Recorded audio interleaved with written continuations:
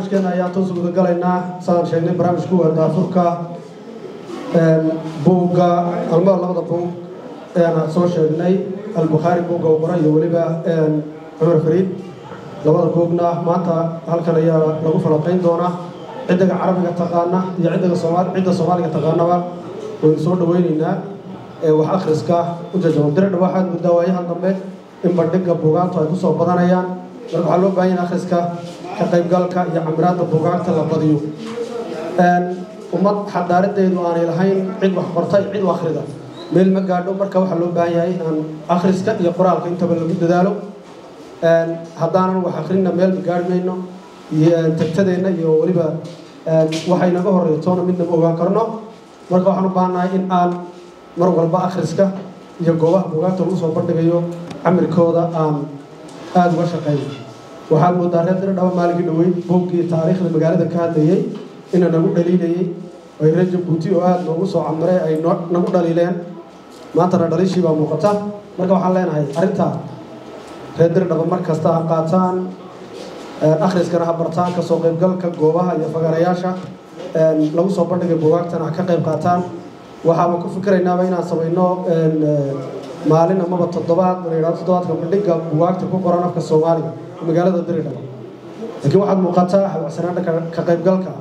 laakiin waxa la yiri looma joojiyo markaad wax bilowdo haddaad u joojiso xagga hawacsanaanta niyad jabto waxay noqonaysaa inaad dib u gurato marka taasna waxaan leenahay reer Diradhawa ha u yeeshaan oo arinta ka warhayaan mar walba barnaamijka ayaan iska furan doonaa iyada waqtigiina u jiitamay kan maanta anigoo magacaygu yahay Muuse Xaaji Jaamac sulka Jabuuti sulka guud ee magaalada Jabuuti u jooga magaalada Diradhawa halkan maanta waxaan u joognaa daafurkii buugaga ay qoreen labada qoraay waaweyn Abubakar iyo Ilyas buugaga uu daabacay kharashkii daabacadoo dhan uu la bixiyay madaxweynaha Jamhuuriyadda Jabuuti Ismaaciil Cumar Geelle halka kan oo lagu daafuraya maanta ay iska kaashadeen daafurka qusuliyadda Jabuuti iyo dhalinyarada Heritage madaxweynaha Jabuuti uu dhaqankiisu yahay inuu had iyo jeer dhiirigeliyo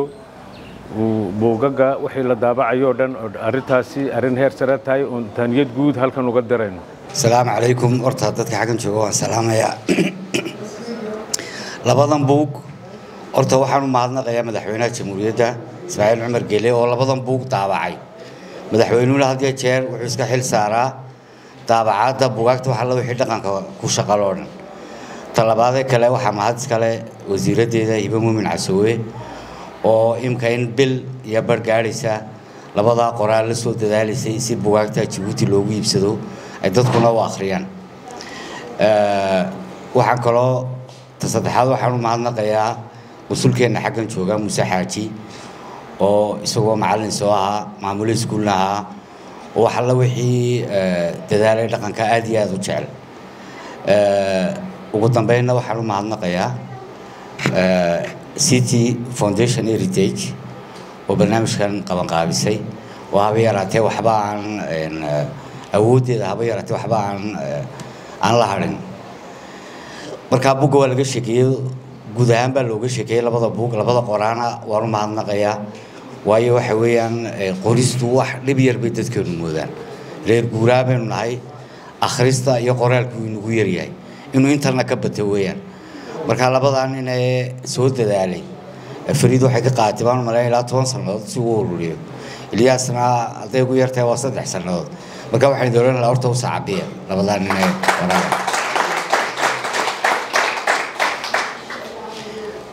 waxa kaloo aan dooran lahaa ku dari lahaa buugaagta way laga iibsado waayo buugga hadii la iibsan waayo ninkii qoraaga uu niyad jabaya tabeetana si uu qaraar dambe u qaato buugga u qoro muddo ka qaadanaysa marka waxaan leeyahay Soomaalida bulshada Soomaalidu gaar ahaan fanaaniinta iyo qoraaga way u darantay ma gacan qabato marka waxaan leeyahay waxa la wixii qoraal oo dhan taasi waa araan uu u tabinaya reer Diradhawa iyo reer Jabuuti bade reer isku dadun bayno ma kala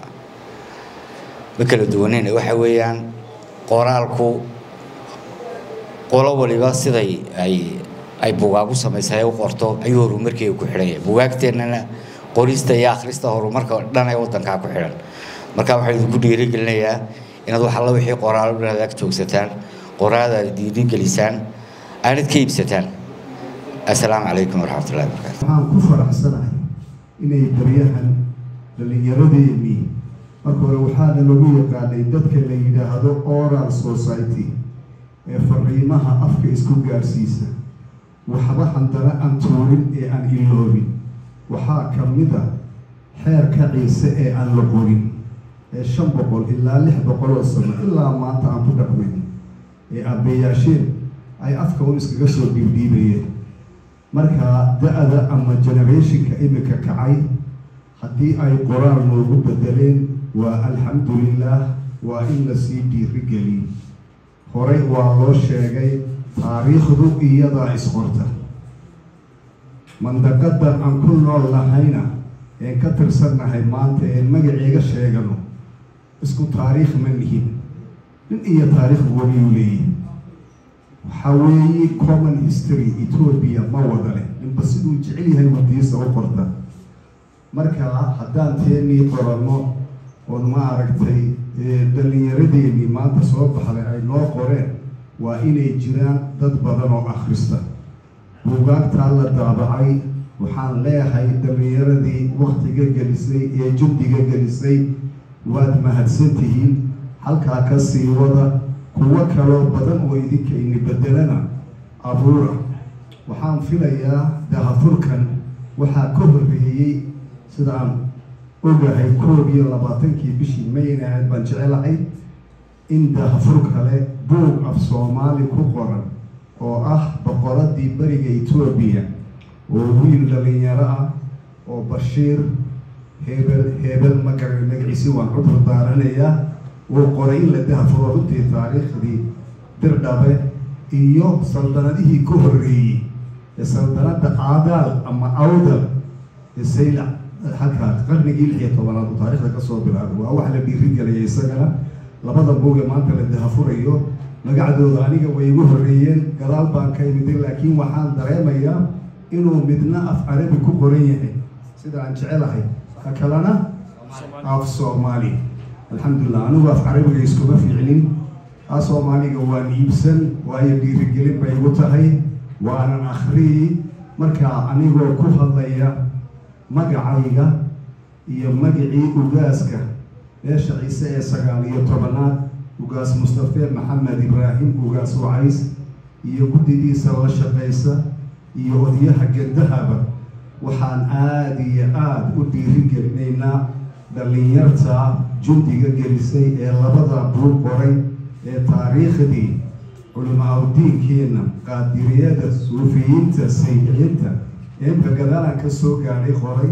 iyo tii igu horreysay ee malaha geesiyaasheenii iyo xeerkeenii isagana aad loogu faahfaahiyey sidoo nuur sheegay waxaan maqlayay magacii gabooba sange iyo kuwo kaloo badan inuu buugga ku jiro waxaan leeyahay dhalinyaro intiina wax baratay wax qora wax akhriya taariikh bari da'da idinka soo daba kacaysa ha idinka anfacaan oo amaartay ha inaga faa'iidaystaan iminka Ethiopia waxaan lagu maamulo waa taariikho hore maartay rag Abasiiniyaana ay qoreen laakiin mandaqadan dad ka yimiday waqooyiga Ethiopia ayaa xoog ku noqonayay oo dadkii kale ee laga badnaa dhulkoodii qaatay maxay hadee wax soo saarkoodii iyagu isticmaalay awood ku haystay siday iyagu jecel yihiin bayna u qoreen laakiin mandaqadan aan joogno waa dad u badan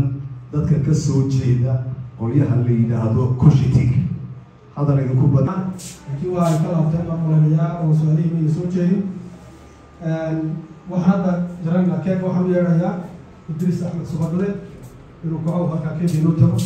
فيا حامد أحمد ينصر صوفعه لبض قرآن. وصلنا. أنت كذب وحنا هذا سلام يا دماغ صوت هذا ياشا. مرت شرفتا ويدا أقوياء والمعرفين والقامات هي قرآن هي دمارت إيمانتا agaasimayno mise soo bandhigayno buugtooda run ahaantii buugaagta si waqti dhowbay soo gashay markaa si dulmar ah baan u eegnay marka in buug laga sheekeeyo la rabana kulley mar haddii raggii qorayba meesha ay joogaan dee waxaa kale ka odhanaynaaba iska yar waxaa la yidhaahdaa laa yufta wa maalikun fil madiina baa la yidhaha imaamu maalik oo madiine jooga dee nina ma fatwoodo isagii baaba jooga soo maha marka saas oo kale dee raggii kutubta qorayba halkan jooga waxaan kafaalla ka odhan karnaabaaba iska yar laakiin anna haddaanan nahay dhalinyartii ku haminaysay mustaqbalka inay wax qoraan buuggu aad buu dhiirigelin oogu yahay buugaagtu labaduba aad bay dhiirigelin oogu yihiin buugtan oo juhdi badan ay geliyeen aqoon fara badanna ay kusoo koobeen mustaqbalkana aan kula talinayna inay ballaadhiyaan buugga tusaale ahaan uu qoray abubakar waa inuu 3 buug noqdo oo buug kastaba sidiisii si uu xaqiisii taariikhda uga helo hogaasiyada in laga sheekeeyo dee buug 3 jis ka kala sheekeynayahay lagagama dhargayo halyeeyadii iyo haldooradii ummaddani ay lahayd run ahaantii waxyaabahan ka gurannahay ka mid ahayd soomaalida kale nin kastaba ninkiisii wax soo taray waa qori jiray laakiin maanta waxaa guul noo ah in 10 nin oo ummaddan halkan soo gaadhsiisay wixii ay nolosha kusoo dareen maanta in halkan lagaga sheekeeyaay waa arrin aada muhiim u ah marka in la sii wado inta way ka badan yihiin iyaga laftirkoodu taariikhdooda inta way ka ballaaran tahay maaragtay maxaa in la ballaariyaa muhiima marka in 3 buug mustaqbalku isku bedelo ayaa muhiima waxyaabo badan baad ka arkaysaa marka laga sheekeynayo raggaas gaboobasango kale tusaale haddaan soo qaadana waa ninka uu ingiriisku isku dayey waxaad garanaysaa gumaystayaashu iyo dowladuba inta badan dadka caqliga leh iyo dheergaradka iyo oday dhaqameedka inay kasbadaan bay ku dadaalaan maxaa yeele maadaama shacabku iyaga ka dambeeyo iyaga haddii gacanta lagu dhigo waxay ka dhigan tahay waxaa loo hogaansamayaa isticmaalkii waxaa loo hogaansamayaa dowladdii saas darteed waxyaabaha qisooyinka cajiibka waxaa kamid a gaboobasango oo kale uu tilmaamayo ingiriisku inuu yimiday uu lacaga siiyey oo uu lahaa nala shaqee lacagtii markaa isaguna inuu la shaqeeyo uu diiday kadib isagoo diidan buu lacaga usoo dirayay lacagtan markaa u qaadaa intuu isku gunto ayuu meel dhigaa kadib haddana uu sida u waday markuu lacago badan ay noqoto isleeyahay ma haddii toolmalba iskama bixin karo ayaa loo yeedhay gaboobasange markaasaa lagu yihi nala shaqee lama shaqeynayo haddana shaqeynayn dee xooleyaan ku siiyey keen bari qabo saacaddeedaan ku gaaniyay wixii oo jawaan ku jirto oo mid kastaba halkeedii ku xidhan tahay ku guntan tahay ayuu usoo celiyey gumaysiga ingiriiska dadka taariikhdaale wey wax meesha ka hadlaya ninkas haddii la taabto tilaano way ballaaran tahay taariikhdan culimmada suufiyada iyaga laftirkooda waxaa ku dhex jirta taariikhdeeni ilan raggani waxay ahaayeen raggii aasaaska u ahaa taarikhda nolosheenii aasaaska u ahaa iyaga laftirkooda markaa uu doctoorku laba u kala qaybiyo qaybtan madaa'ixda iyo wixii la halmaalana uu diiwaan gaara ka dhigo wixii taariikhda iyo culimmadani ay geeska raadka ay ku lahaayeen oo isu qoro iyaga laftirkooda qaabkaasi mustaqbalka uu saa ku dadaalo ayaa qurux badan waxaa ka dhex muuqata taariikhdeenii baa taalla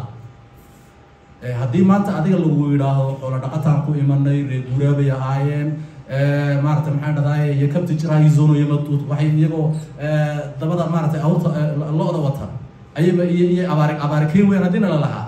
wuxuu buugani caddaynayaa jabarti ninka la yidhahdo meesha magaca wuxuu kula baxayba jabartame la odhan jiray oo saldanadii shawa ee ka horeysay eefaad ka dambaysay ee adal ay ka dambaysay ee cawsa ay ka dambaysay harar ay ka dambaysay oo addis ababa meesha ay ku taalla agteeda ahayd halka uu ku dhashay inay tahay saldanadii islaamka halka laga asaasay marka mililiga iyo raggan dambe dhul ay qabsadeen xoog ku qabsadeen oo islaam ay dumiyeen ayay xadaarad ku sheeganayaan haddaad runta eegno qabiilkan asal ahaan taariikhda waxaa gundhigu ahaa geyigani wuxuu ahaa geyiga kusheytiga lagu yaqaano ummadda kuushka la yidhaahdo lagu yaqaana bay ahayd christianitygu 300 sano kadib markii nabi ciise kadib buu yimid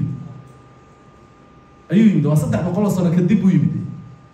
islaamku laakiin goormu yimid isla markii islaamnimadu ay soo baxdayba geyigan bay matale waxay ku tusaysaa dadkani iyo siday u nuglaayeen ayay ku tusaysaa taariikhda buu ka sheekeynaya oo buugu uu si fiican uga hadlaya wuxuu ka sheekeynayaa halganka iyo doorka ay ku lahaayeen waxa uu tilmaamayaa buugu in tusaale ahaan waqtigaasi inay tusaale ahaan maqaamyada iyo waxyaabadani waqtiyada iyagu ay joogeen xitaa mahana qaadin raggani waxay rag mujaahidiina oo jihaadka taageera oo garab gala ayay ahaayeen oo garab joogsada marka in la fadhiisto maqaam la fadhiisto oo la xadreeyo oo waxaa fursadba looma haynin qarnigii 19aad wixii ka dambeeyey bay maaragtay iyo soo baxday buu buugga laftirkiisu tilmaamaya in dariiqyo la sameeyo oo la dhiso oo la fadhiisto oo halkaa lagu xadreeyo laakiin waqtiga waxay culumada diinta dadka u dhiga bay ahaayeen oo jihaadka dadka ku dhiiri geliya bay ahaayeen door markaa maxay ka qaateen waqtigaasi maadaama oo ilaa Axmed Gurey wixii ka horeysay laga soo gaaray muslimiintu ay maartay dhulkooda difaacayeen waxay ahaayeen dad waxa dhiiri geliya oo taariikhda door kula bay ahaayeen marka waxaan kelmad iyo laba kelmadood aan kaga soo hadlaynaa ma aha waxa ku duugan taariikhdeeni saan maalintii horeba sheegnayna taariikh ummaddu marka ay taariikhdeeda qorato ayay is arki kartaa isma garan karnaba haddaan taariikhdeena loo oolin ilmuhu maanta maxaa Mareykan loogu ordayaa waxaa loogu ordayaa ilmaha dee taariikhda Mareykan baan u dhignay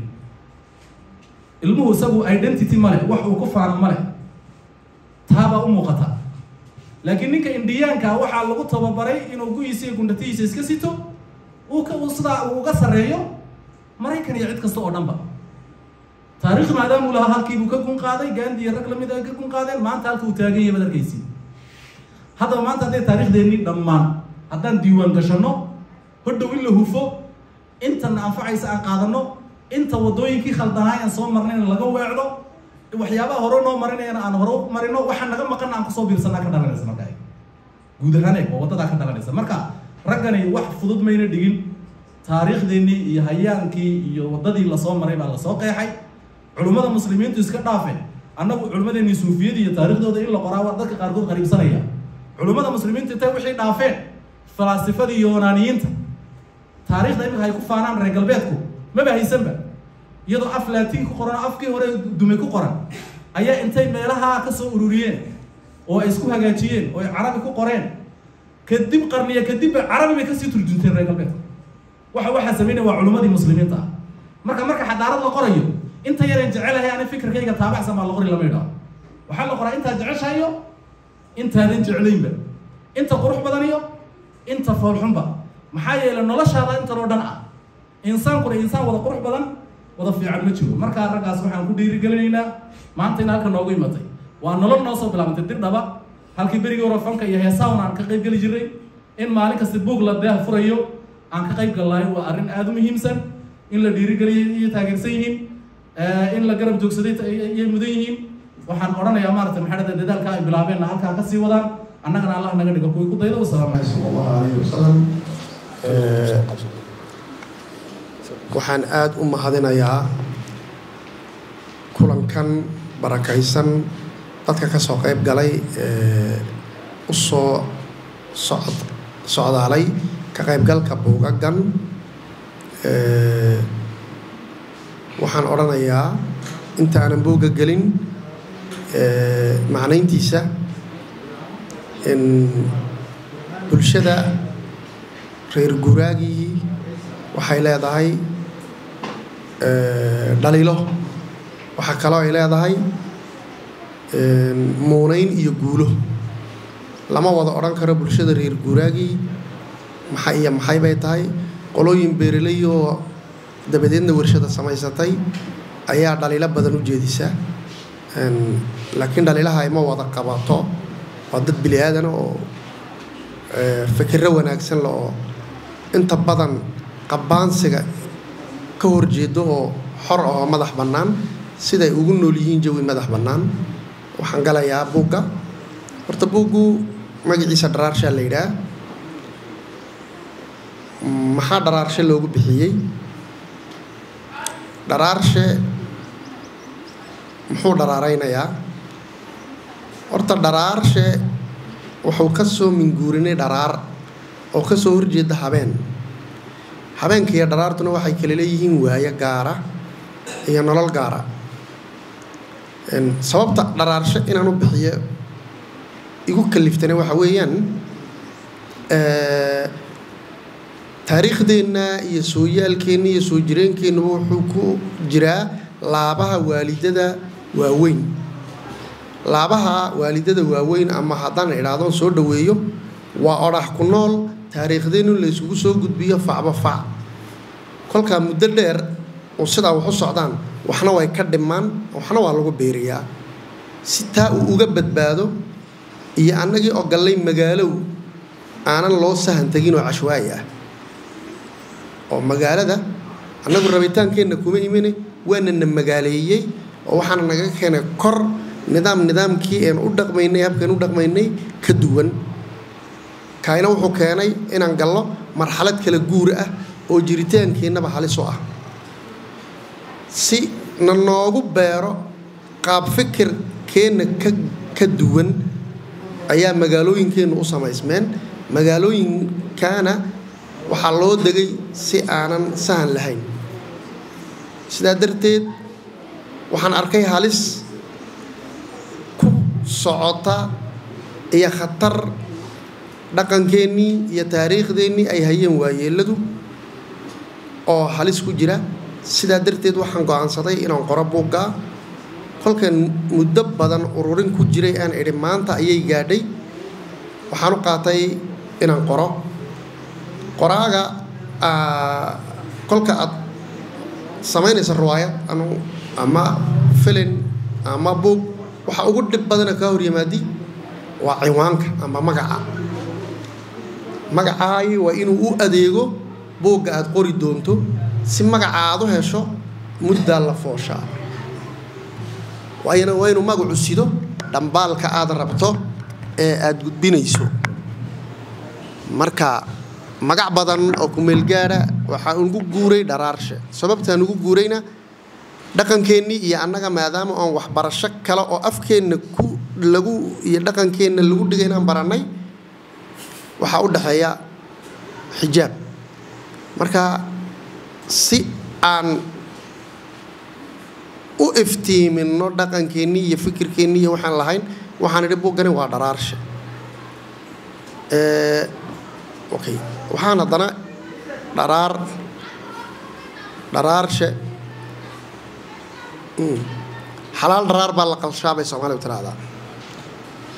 dharaartu waxay habeenka kaga duwan tahay iftiin iyo muuqasho iyo waayo ka duwan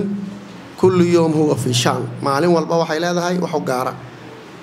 madowga habeenkuna wuxuu leeyahay cabsideeda iyo halisteeda iyo waayaheega hadday tahay ciil iyo murugo habeenkii bay soo xaadirtaa hadday tahay xanuunna waxa la yiraahdaa dharaartii quriyuu ku gurto habeenkiina oo kugu shidaa waxa kale uu leeyahay cabsi waxa uu leeyahay walwal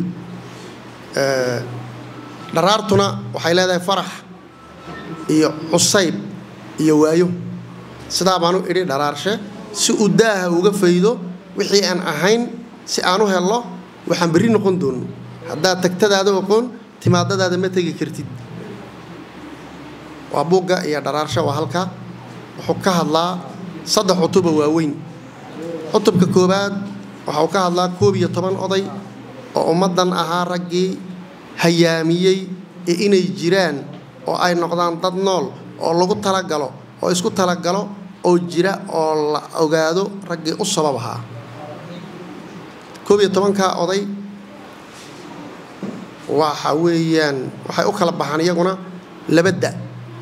da'dii hore oo la yiraahdo waayo nolosheenna 5 da'ood oo wax ku oola ayaa soo martay da'da hore waxa la yiraahdaa Midadiid Ali Abakar ba hoggaanka ahaa buugga wax badan ma kaga warramaya waxa loo yaqaan Ali kala geeyay da'da labaadna waxa la yiraahdaa Ayareeb Xasan Gadiije iyo Aadan Cigaal iyo Geedi Dadar raggaas u hoggaanaha da'da xigta waxa la yiraahdaa Midadiid Durkiya iyo Degdega da'da noo hadhanna waxaan idhaahdaa anigu dajiya kolka si dajiya loo helo waa in alla helo 5tii da'ooda ka horeysay Midadiid Ayareeb Durkiya Degdega Duncas iyo dajiyo on emeka in la helo aan ilaahay ka rajaynayno Allahu naxariiso Umar Macallin Umar Daahir Cabdi baa maanso halka ku jirta abwaan hadana waan yar taraa raayadul qaatana noo yeesho degdegay dunsanay dujiyay dunsanay durkiyaan da'sanay dajiyaan filanayna dalxay noqotay in dadeg ha sugto hana soo degdegtada aanu kuma dirin maansada waa maanso dheer waxaan ka qaadanayaa kooriska Umar Macallin Umar Daahir Cabdi baa yiri war guul aad u joogin guul ma aha soo degdegtadii ana dalxay noqotay baan ku joojiyo qofka wax arkay waxaan badan yahay ma waxa la arkab oo ku ciishooda kolka 5 da'ood ayaa buugga 10ka oday ay yihiin. waxaa ku xiga 19 Ogaas, waxaa ku xiga xeerka. hadda imika waqtigu inaan wax badan kaga hadallaan doonaynay, waxaan u dhaadhici qaybta xeerka. buuggu waa 3 cutub, 3 cutub. cutubka u dambeeya xeerka. xeer maxaa la yidhaha? xeerow maxaa tahay? halkee buu ka yimid? sidee loo odorosay? sidee da'da noocaaya loo helay? waxa oo dhan buuggaa laga helayaa. odayada gumburta City fadhiistay, gumburtaa oo la mudnaan gaara. gobolka reer City baa la yidhaha. dayacaadda City ka muuqatina waa la ogyahay. buurta City waxay leedahay 5 mudnaan. buuggaad ka heli doontaan. waa meesha keliya ee aanan laga helin geedaha geedxunka la yidhaha. waxaa laga helin oo ku jirin iyadna bahasha mijagaargaarta la yidhaha ee quraanjada ah, oo iyadna ah bahal xun oo qolooyinka wax fale ay adeegsadaan. waxa kale ay leedahay waa meel ku taalla bartamaha oo aanan duulaan soo gaari karin. waa meel biyo aanan gu'in loo ceelka beeya sokor la yidhaha baa ku yaallo odayada loogu aroorayay. laftigiina way beeya sokor waa in la raadiyo halkuu ahaa. waxaa u taallaa reer City. waxa kale ay leedahay xidigisku 28 god kaama halaabo kolkaad buurta City fadhido. waxa kale ay leedahay waa meel gallinadu 12 gallin oo ah bartama. waxay ku taallaa buur. buuruhuna had iyo jeer mudnaan gaaray leeyihiin oo wixii waarayaba buurta ayaa lala doontaa. nebi maxamed calayhi salaatu wasalaam buur baa loogu waxyooday. nebi muuse buur baa loogu waxyooday. odayada City fadhiistana buur bay fadhiisteen. tiradoodu waa 44 oday. 44 xagga taariikhda dadka muslimiinta ee suufiyadda ah waxay ku leeyihiin qiimo weyn. yacni waan boobsiinayaa hadalka. waa City oo macnaanteedu sidaa bay u leedahay mudnaan gaara. City maxaa loogu bixiyay buurta haddii la yidhaah? waa Faatimo City Axmed oo dhashay xasan gadiije kadab. dad baa yidhaha buurtay fadhiday, iyada laftigeegu doodaa ka yaalla. laakiin iyadaa loogu magac daray. xeerkana waxaa la yidhaha waa xeer ciise, maadaama oo dhaqaale iyo fikirba si siman loo geliyey. buurta waxay odaydii fadhiyeen 12 bilood. soo doodoona oo bal xeer iyo dastuur 12 bilood loo fadhiyey oo caalamka maanta aan ku nool lahay horumarka aadka u wanaagsan gaadhay ha la helo. 12 bilood odayadu ma ciyaareen shax iyo bob waxay ciyaarayeen caqli. waxaa meesha ka dhacday irbixintii ugu horeysay ee af Soomaaliga lagu sameeyo iyadoo aynan jirin xilliga meel tixraaxa ay ka dhaqaaqaan iyo qoraal iyo midna. ragay afka Soomaaliga way barwaaqeeyeen maadaama ay u sameeyeen musdalaxaad u gaara qaanuunka. sida musdalax loo sameeyana waxay u baahan tahay aqoon fog iyo bislaashe oo afka iyo xeerasha iyo nolosha aad taqaano. waxaa xeerka laga milicsanayaa in ay ragga meesha fadhiyay diinta islaamka iyo fiqiga iyo usuushiisa ay u leeyihiin aqoon ballaaran. aan ku soo laamay xeer waxa la yiraahdaa xakamo faras. maxaa loo yiri? farasku hadduu xakamo leeyahay lalama halis kuma gelin karo, kulama xaraamo. waxaa la yiri irbixinta in laguma qancin. waxaa la yiri xeer waa ninkii gowrac oo ninkii xeer ku dhacay waa nin gowracan. waxaa la yiri xeer waa geed jeerina lagama boodi karo, lagama hurulin karo. xeerku waa inuu cid walba ka sarreeyo. irbixinta lama qaadan. waxaa la yiri xoolo la'aan lama dhargo, xugun la'aan lama dhalo, xeer la'aanna lama dhaqmo. xeerku waa noloshii iyo dhaqmaadkii. waxaa la yiri xeer meeshaan lagu lahayn waa lagu xooloobaa. bal mugga eriga ay leeyahay oo fiirsada. xeer meeshaan lahayn waa lagu xooloobaa. waxaa la yiri xeer waa kab. nin kabtiisa tuuray ka daba tag. kabtuna waxa u baxdaa kala baxdaa dhagalay iyo seemato iyo qodob iyo indhal. xeerkuna waxaa lagu saleeyay kabta. sababaha loogu saleeyayna waa sababo falsafad aad u fog oo ka soo maaxaysa aqoon aanan ka imad ahayn ama aqoon aan ergisa ahayn ka soo maaxday. waayo dhallinyaradiina wax baratay afkaan doona baan ku baranno, waxaan sidanaa fikir ergisa. raggaa City fadhiistay waa fikirkoogu waa xero u dhalan. waa xero u dhalan ninkii garan baa garanaya maaha xoogsi marka xer waa kab bay yidhaahdeen maxaa kab loo yidhi kabta soomaaligu qiimo intee leeg bay leedahay kabta soomaaligu fikir nuuceeyay sidataa kabta soomaaligu male midig iyo bidix dhanka aad kolkaad kacdaba waxaad gashan kartaa waanad ku dhaqaaqi kartaa kabtu waxay leedahay inta aan soo sheegay waxa kale leedahay laba dhagood iyo bartanka kolka la jarayo laga jaro halka sawirka laga bixiyo waxa la yiraahdaa waa gayanka sida aqalka Soomaaligu iskama dhisno fikir buu ku dhisan yahay aqalka Soomaaligu aqal Soomaaligu baanu aragnay bahal yar oo foorare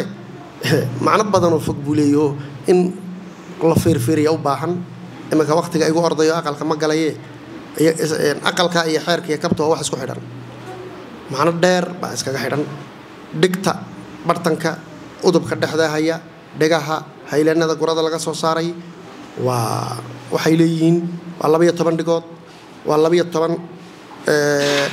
haylanadu labada dhanka imanaya ay kabduhu waa gayaankii udub dhaxaadku waa ogaaskii dhabarka labada koona ka imatay udubka isku imatayna waa wada dhalashadii dhabarkii iyada halkaas aan ku dhaafayaa xeer baan imanaya kab baa leeyahay xeerkaay wuxuu leeyahay 6 kabood waa dhiig iyo dhaqaaqal iyo dhul iyo dheer iyo dhaqan iyo dhible waxa ugu baaleeya ee geed la isku la tagi karay waa dhiig meesha dhiig lagaga baanayo dhaqaaqalna lama keeni karo dheerna lama keeni karo ma waxaan filayaa dhiigga waa dhidig iyo lab waa jaban iyo jareexo waa madax iyo madhaqir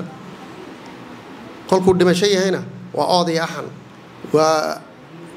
aguga iyo uurey iyo daandheer waxay buugga ku yaallaa midba mid la mid maaha gabdhaha kolka loo yimaado waa gabadha Soomaaliyeed waa gabadha kaliya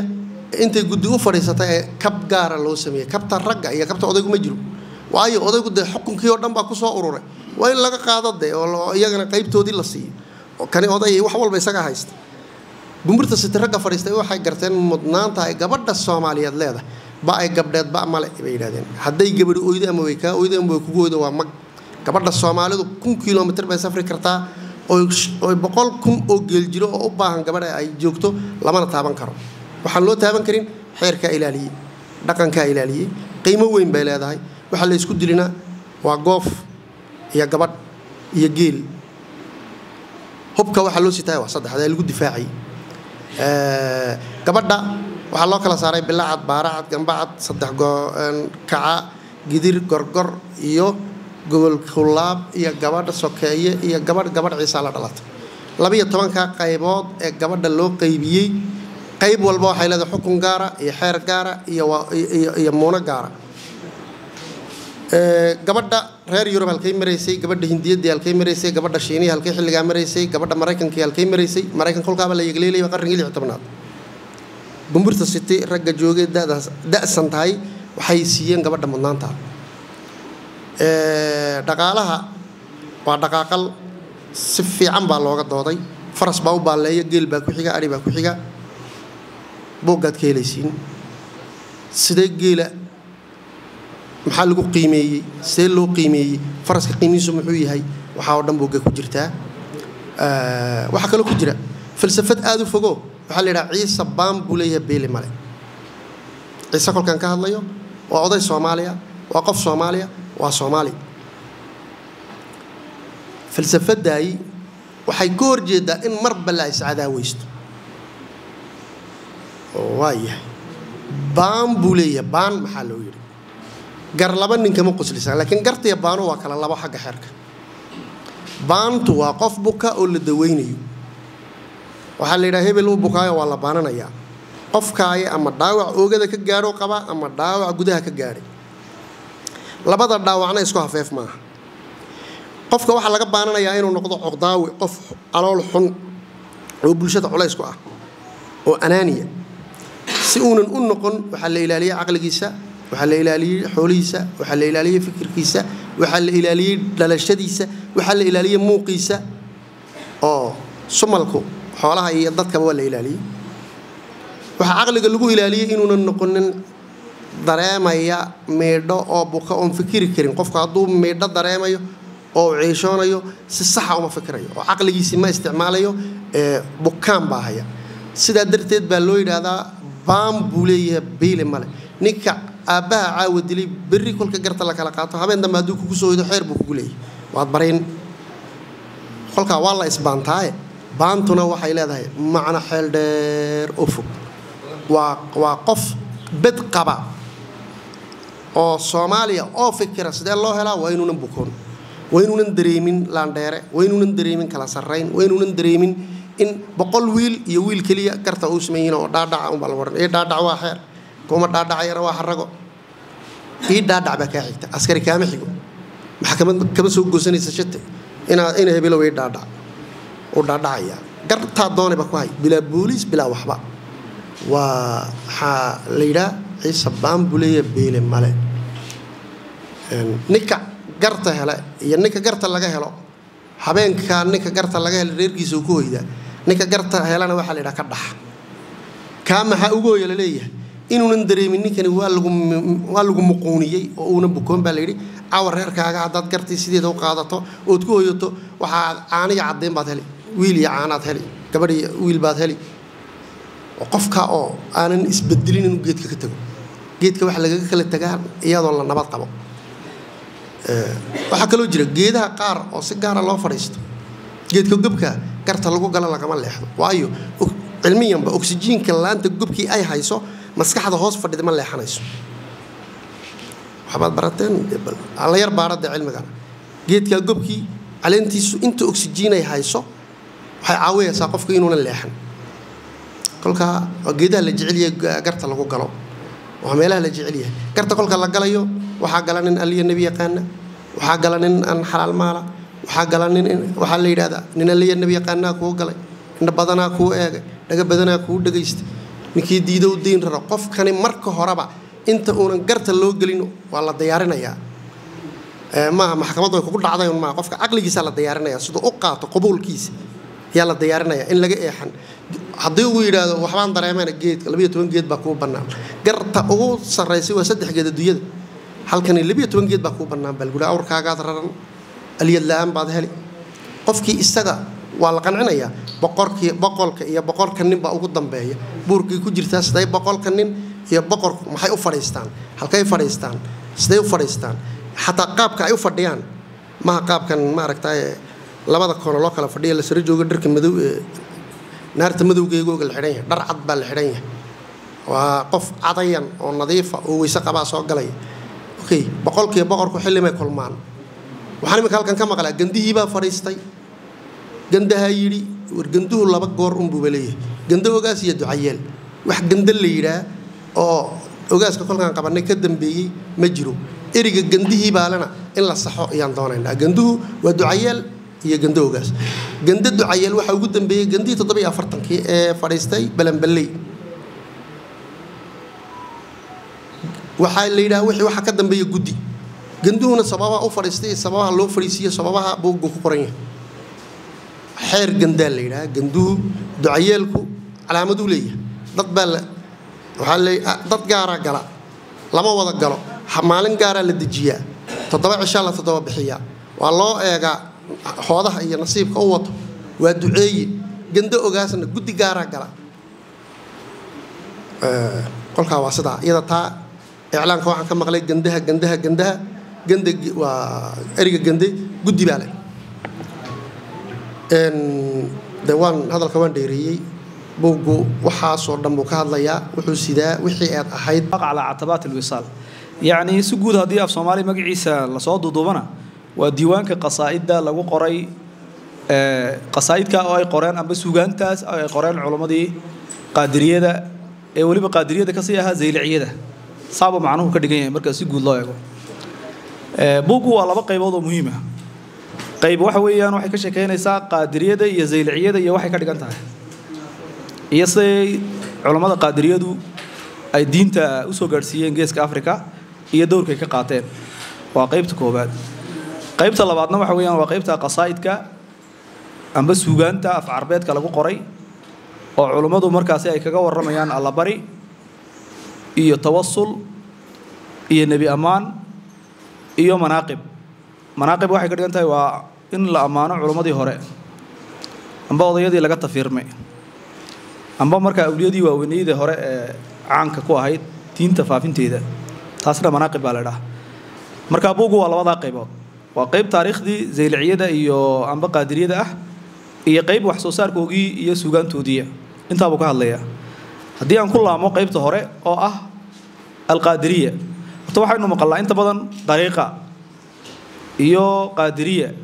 iyo zayliciya saddexdaa arrimood baan yaan erebixin yaro ka kooban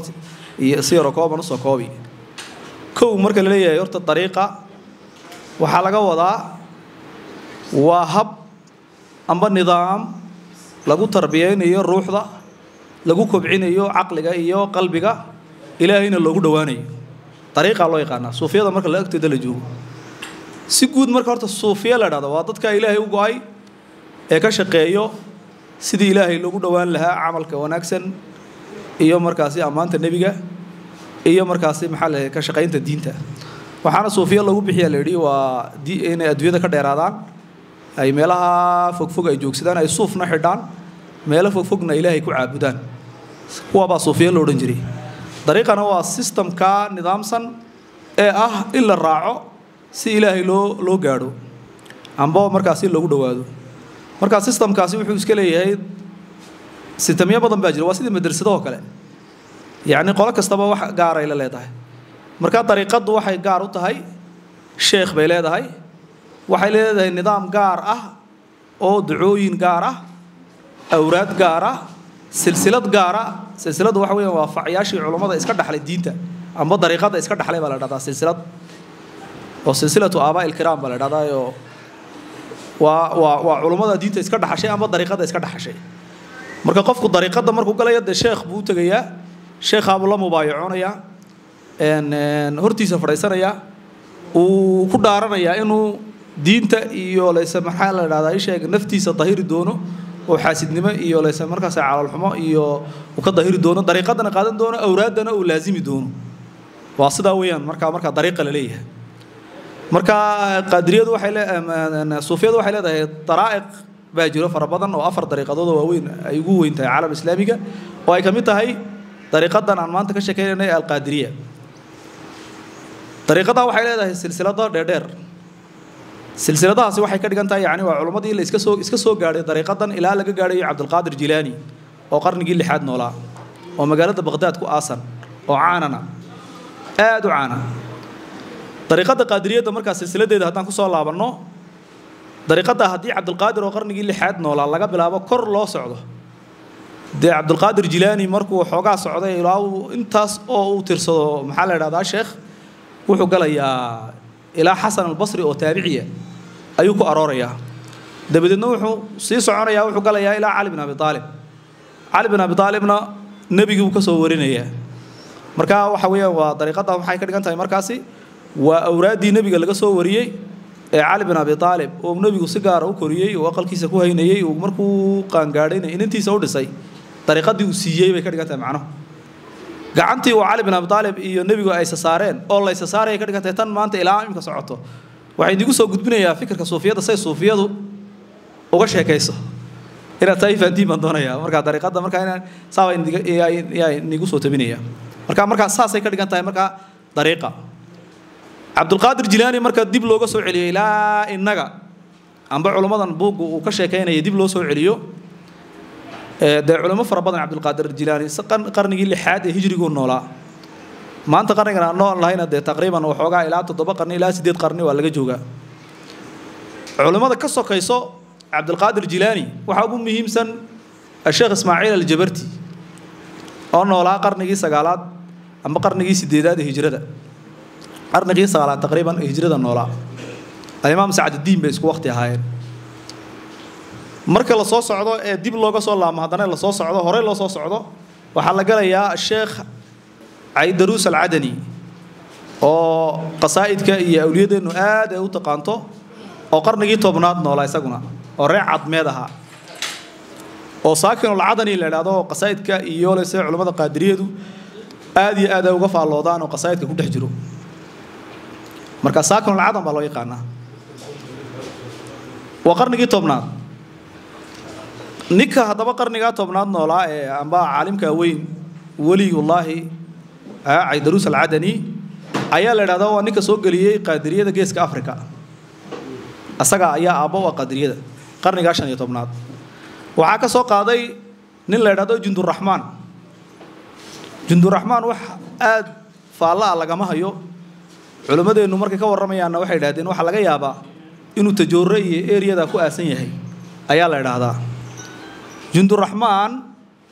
tariiqada waxa ka qaaday rag silsilad ah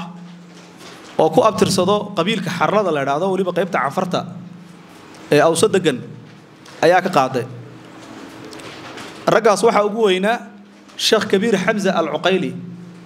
ayaa ugu weynaa oo dhintay 1862 waa waqtigii Djibouti isticmaalku soo galay tafirtiisa hadda Djibouti qaar baa ku nool qaarna awsay ku nool yihiin sheekha dariiqada waxa dib uga qaaday Sheekh Ismaaciil Al-Maqdashi loo oran jiray oo kay ka soo lugeeyay oo ninka u soo doontay inuu diinta ka barto aqoonta ka barto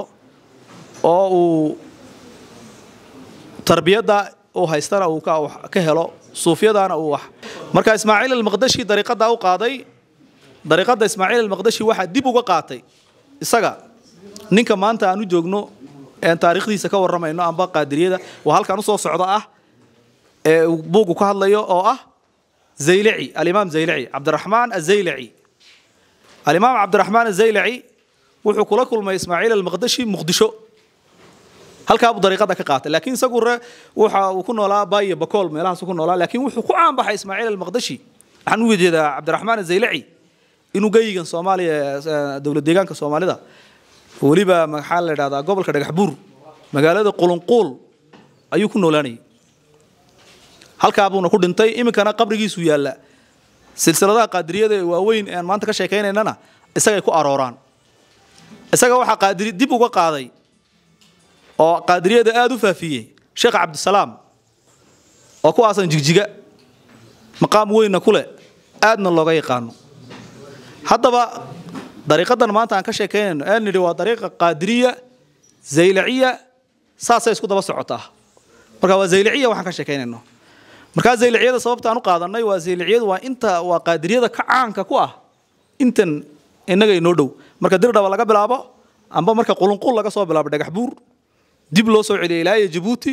Somaliland ilaa Hargeysa ilaa Boorama intaas waqooyiga Soomaaliya intaas oo dhan ayay caan ka tahay dariiqada waaweyn oo yaa ku abtirsado Djibouti marka la joogo waxa laga hadlaa dariiqadii Xuseen Nuuriya Sheekh Muuse Rijaal halkan marka la joogo waxa dariiqada Aadan Raamaale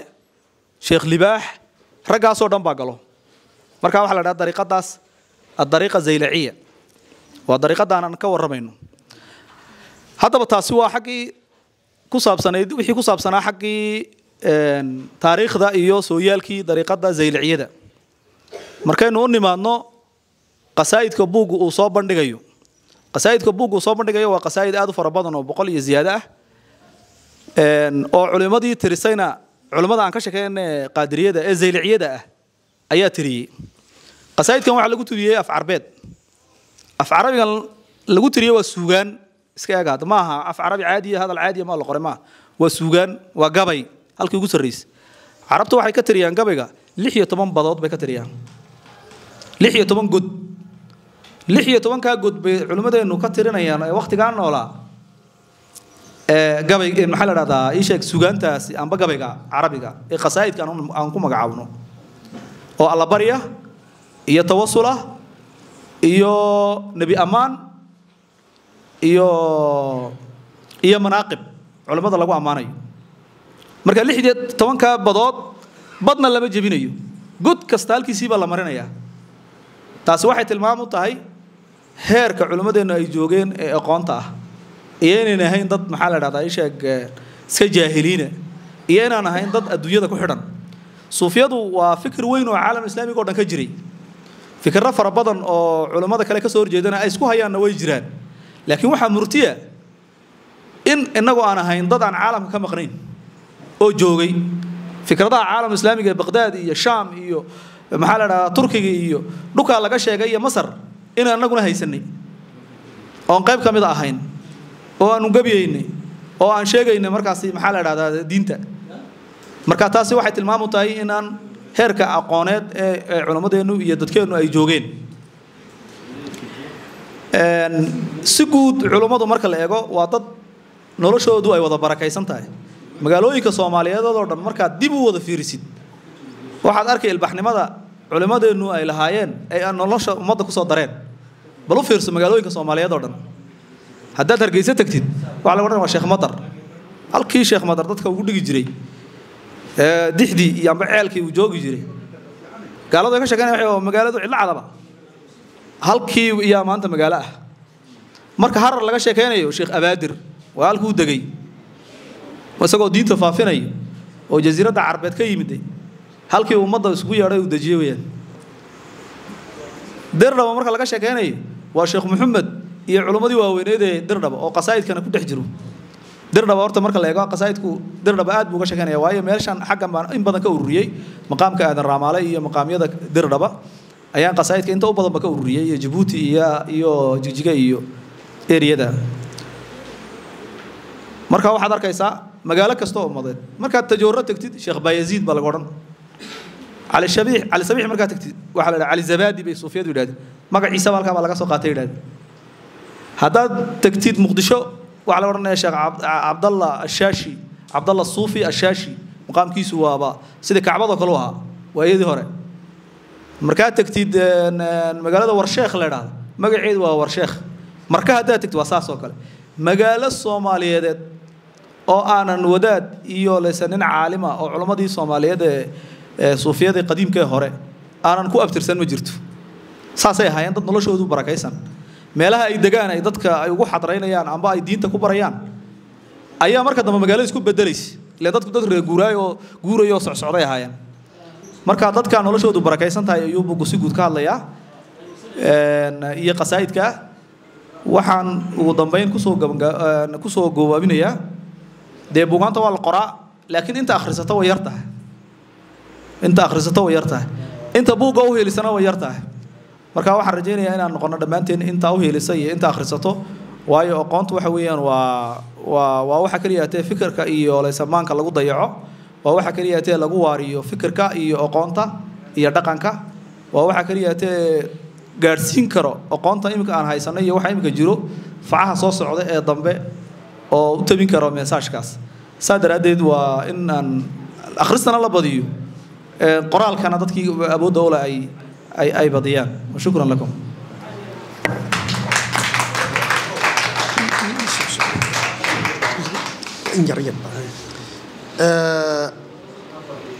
waxaan aad igu soo celiyay hadalka annagu hal abuurka haddaana waan yar han weyno dad badan baan ku gudlanaa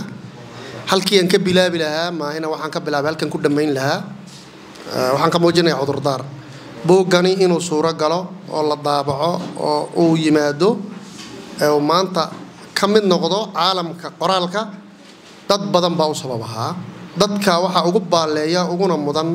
mudane Ismaaciil Cumar Geelle oo buugaagta daabacadeeda iyo kharashkeega naga qaaday